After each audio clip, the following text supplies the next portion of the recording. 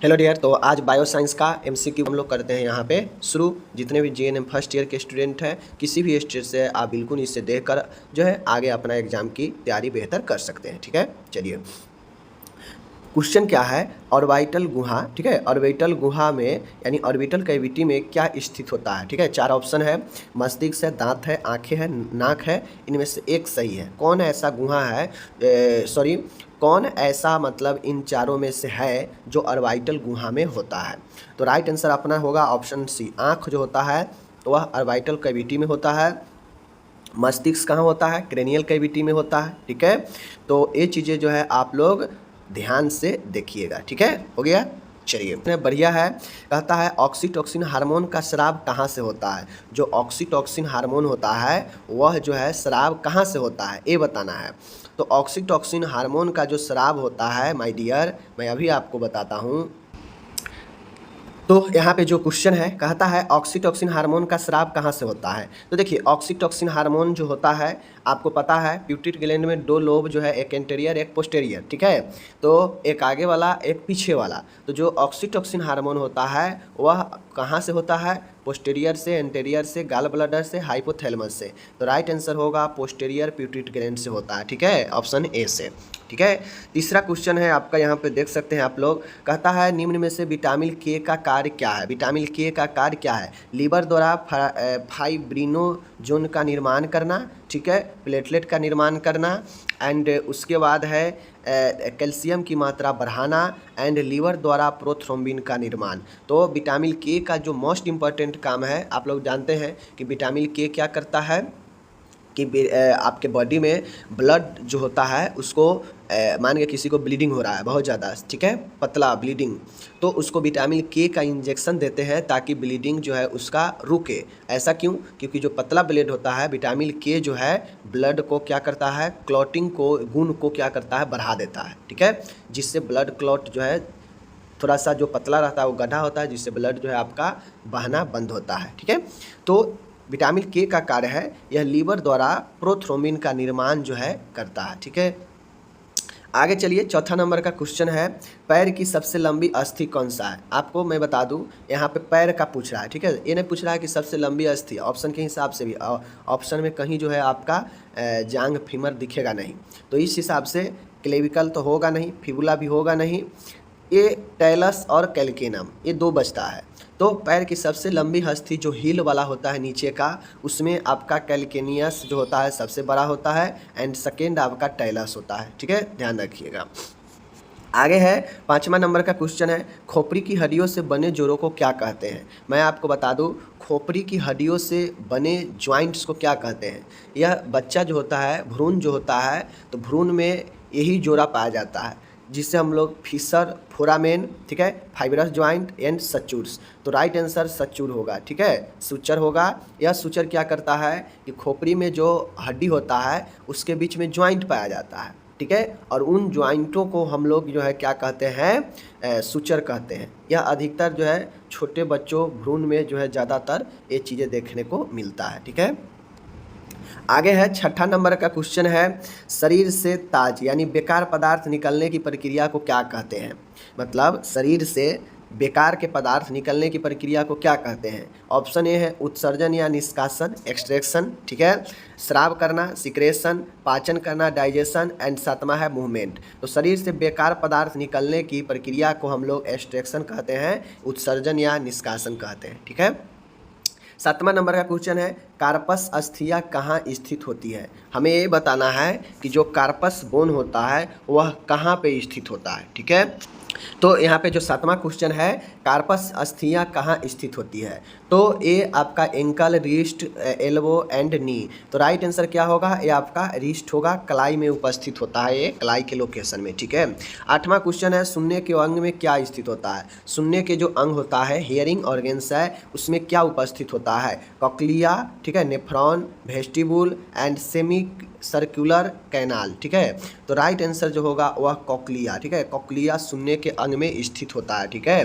कहता है my dear कि दो सेरिब्रम हेमीस्फीयर द्वारा जुड़ते हैं, क्या जुड़ते हैं। ठीक है, दो सेरिब्रल हेमीस्फीयर द्वारा जुड़ते हैं, यह आपका ब्रेन का क्वेश्चन है। ठीक है, दो सेरिब्रल हेमीस्फीयर द्वारा क्या जुड़ते हैं? ठीक है, corpus luteum, corpus cavernosa, corpus callosum, ठीक है, एंड इनमें से कोई नहीं। तो राइट आंसर होगा दो सेरिब्रल हेमीस्फीयर द्वारा जो जुड़ते हैं वह कार्पस कैलोसम। ठीक है, याद रखिएगा ऑप्शन नंबर आपका सी राइट होगा। ठीक है, आगे है, कहता है गंध की संवेदी तंत्रिकाएं हैं। ठीक है, जो गंध की संवेदी तंत्रिकाएं होता है, क्रेनियल नर्व जो होता है, जिससे आपको किसी चीज़ के गंध के बारे में ज्ञान होता है, जानकारी मिलता है, वह कौन सी नर्व है? फेशियल नर्व है, वेगस नर्व है, अल्फैक्टरी नर्व है, ऑप्टिक नर्व है। तो राइट आंसर घ्राण जिसे तंत्रिका कहते हैं, अल्फैक्टरी नर्व ये होगा। वेगस फेशियल नर्व आपके फेस का होता है। ठीक है, ऑप्टिकल नर्व जिससे हम लोग आँखों से देखते हैं। ठीक है, आगे है 11 नंबर है, इनमें से क्या आँख की सहायक संरचना है? तो देखिए लेंस हो गया, ठीक है, क्रोवाइड हो गया, स्क्लेरा हो गया, ये सब आँख के मेन संरचना में आता है। बट आपका जो ये पलक होता है यह सहायक संरचना में। तो option B is the right answer. ठीक है, आगे है 12 नंबर का क्वेश्चन है, कह रहा है वेगस तंत्रिका कपाल की कितनी नंबर की तंत्रिका है? वेगस नर्व कौन से नंबर का नर्व है? ठीक है, क्रेनियल नर्व है, ये बताना है। 8वीं, तीसरी, 10वीं एंड उसके बाद है 12वीं। तो राइट आंसर क्या होगा अपने? तो वेगस नर्व जो होता है वह अपने 10वीं नंबर की क्रेनियल नर्व है, ऑप्शन सी राइट होगा। ओके, 13 नंबर का क्वेश्चन है, कहता है एंटी डायरेटिक हार्मोन का स्राव कहाँ से होता है? पूछ रहा है एडीएच। ठीक है, एडीएच तो अभी मैंने आपको बताया ऑक्सीटॉक्सिन और एडीएच एंटी डायरेटिक हार्मोन जो है वह कहाँ से रिलीज होगा, समझ गए? चलिए, एड्रिनल होगा नहीं, थाइमस होगा नहीं, थायराइड होगा नहीं, प्यूस ग्लैंड आपका राइट आंसर होगा एडीएच के लिए भी। ठीक है, और एडीएच भी पोस्टेरियर से ही रिलीज होता है। ओके, 14 नंबर का क्वेश्चन है, हृदय का पेसमेकर है, कौन है हृदय का पेसमेकर? ऑरोटा, महाधमनी, बाइस्पक वाल्व, ठीक है, बाइक स्पीड वाल्व, उस एवी नोड और एसए नोड। तो जो हृदय का पेसमेकर होता है उसे हम लोग एसए नोड को कहते हैं, ऑप्शन नंबर डी राइट होगा। ओके, 15 नंबर है, शरीर के अंदर एंटीबॉडी के उत्पादन को प्रेरित करने वाला पदार्थ क्या कहलाता है? शरीर के अंदर एंटीबॉडी उत्पन्न करने वाला उत्पादन प्रेरित पदार्थ, जो शरीर के अंदर एंटीबॉडी का उत्पादन करता हो उसको कौन प्रेरित करता है? जिससे हमारे बॉडी में एंटीबॉडी, ठीक है, एंटीबॉडी बनता है, जिसे हमें विभिन्न प्रकार के संक्रमणों से लड़ने में मदद मिलता है। तो एंटीबायोटिक, एंटीजन, ठीक है, एनारोब एंड एंटीसेप्टिक। ठीक है, तो राइट आंसर क्या होगा? क्या होगा इसमें? एंटीजन। ठीक है, antigen is the right answer, option number B. Okay, आगे है 16 नंबर का है, बर्मी फॉर्म अपेंडिक्स कहाँ से निकलता है? मलाशय से निकलता है, एसेंडिंग कोलोन से निकलता है, इलियम से निकलता है या सिकम से निकलता है? तो राइट आंसर जो बर्मी फॉर्म अपेंडिक्स होता है यह आपके सिकम से निकलता है। ठीक है, सिकम से। ओके, चलिए 17 नंबर का क्वेश्चन है, हृदय डैश में स्थित होता है? हृदय कहाँ स्थित होता है? चेस्ट में, पेल्विस में, मीडियास्टिनम में, एब्डोमिनल में। ठीक है, तो मैं आपको बता दूं कि हृदय में जो हृदय होता है वह आपके मीडियास्टिनम में उपस्थित होता है। ठीक है, याद रखिएगा। आगे है, किडनी का सबसे बाहरी वाला भाग क्या कहलाता है? किडनी के सबसे ऊपरी लेयर क्या कहलाता है, सबसे बाहर वाला? तो मेंडुला, ठीक है, कॉर्टेक्स, उसके बाद है नेफ्रॉन, उसके बाद है रीनल पिरामिड। तो राइट आंसर होगा रीनल कॉर्टेक्स, यानी option B is the right answer. Okay, आगे चलिए। आगे क्वेश्चन है 19 नंबर, डीऑक्सीजनेट रक्त को ले जाने वाला धमनी कौन सा है? देखिए आप लोग पढ़े होंगे कि शुद्ध रक्त को ले जाता है धमनी, आर्टरी, अशुद्ध रक्त को ले जाता है वेन यानी सीरा। ठीक है, ये बात तो सब समझते हैं। बट डीऑक्सीजनेट के केस में और पल्मोनरी के केस में ये चीज़ें उल्टा हो जाता है। ठीक है, अगर पल्मोनरी की बात करेगा तो पल्मोनरी आर्टरी जो होगा वह अशुद्ध रक्त को ले जाएगा और जो पल्मोनरी वेन होगा वह शुद्ध रक्त को ले जाएगा। ठीक है, तो हमसे यही पूछ रहा है डीऑक्सीजनेट मतलब अशुद्ध रक्त के बारे में कि कौन धमनी ले जाएगा, धमनी के बारे में पूछ रहा है। बस एक ही को है पल्मोनरी आर्टरी। पल्मोनरी आर्टरी फेफड़ा वाला जो धमनी है, सिर्फ वही धमनी जो है आपके अशुद्ध रक्त को ले जाता है, बाकी सारा धमनी शुद्ध रक्त को ले जाता है। ठीक है, तो अरोटा तो होगा नहीं, पल्मोनरी धमनी, कोरोनरी धमनी, थोरेसिक धमनी। राइट आंसर क्या होगा? पल्मोनरी धमनी इज द राइट आंसर। ठीक है, आगे है 20 नंबर का है, सबसे छोटी एवं भारी फसली कौन सी होती है। तो सबसे छोटी और सबसे भारी जो फसली होती है वह तीसरी, चौथी, पहली, दूसरी। राइट आंसर होगा अपना पहली फसली सबसे छोटी और सबसे बड़ी होती है, सॉरी सबसे भारी होती है। 21 नंबर का क्वेश्चन है, सूक्ष्म जीव विज्ञान के जनक कौन है। ठीक है, सूक्ष्म जीव विज्ञान के जनक कौन है। ठीक है, लुई पास्चर है, रॉबर्ट कोच है, जोसेफ लिस्टर है, ठीक है, एंड एंथोनी है। तो देखिए मैं आपको बता दूं, अगर सीधा सूक्ष्म जीव विज्ञान के अगर पूछता है ना, आधुनिक पूछेगा तो लुई पास्चर होगा, और ऑप्शन में आपके दिया भी नहीं है, इसलिए हम लुई पास्चर को ही मारेंगे। ठीक है, राइट आंसर यही होगा। आगे है 22 नंबर का क्वेश्चन है, शरीर के सबसे बड़ी हड्डी कौन है। ह्यूमरस है, स्कल है, फीमर है, पेल्विक है। तो आपको पता है फीमर जो जांघ की हड्डी होती है सबसे बड़ी हड्डी होती है। ठीक है, आगे है 23 नंबर का क्वेश्चन है, 250 ग्राम, सॉरी क्वेश्चन पहले देखिए, हमें पूछ रहा है हृदय का वजन कितना होता है। तो अप्रॉक्सली देखा जाए हृदय का वजन, ठीक है, अप्रॉक्सली अगर मान के चला जाए तो पुरुषों की तुलना में महिलाओं में वजन थोड़ा कम होता है। 250 ग्राम स्त्री में, 300 ग्राम पुरुष में, 200 ग्राम स्त्री में, 250 ग्राम पुरुष में, 300 ग्राम स्त्री में, 350 ग्राम पुरुष में, 650 ग्राम स्त्री में, 250 ग्राम पुरुष में। तो राइट आंसर अपने नंबर ऑप्शन ए होगा, 250 ग्राम स्त्री में, 300 ग्राम पुरुष में। तो ये हृदय का वजन ऑप्शन ए राइट। ठीक है, आगे है मस्तिष्क की बाह्य परत को क्या कहते हैं। मस्तिष्क के सबसे बाहरी लेयर को क्या कहा जाता है, हमसे यही पूछ रहा है। ठीक है, तो मस्तिष्क के सबसे बाहरी जो लेयर होता है उसे मेनिंजिस कहते हैं, cerebellum, cerebrum and मेंडुला oblongata.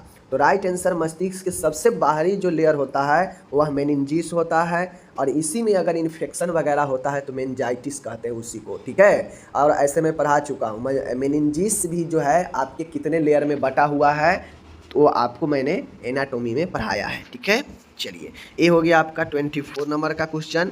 25 number का क्वेश्चन है, डिप्थीरिया का कारण जीव क्या होता है। डिप्थीरिया किसके कारण होता है। कॉर्नी बैक्टीरियम डिप्थीरिया के कारण, सिफिलिस के कारण, स्टेप्टोकोकस के कारण, निमोनोकोकस के कारण।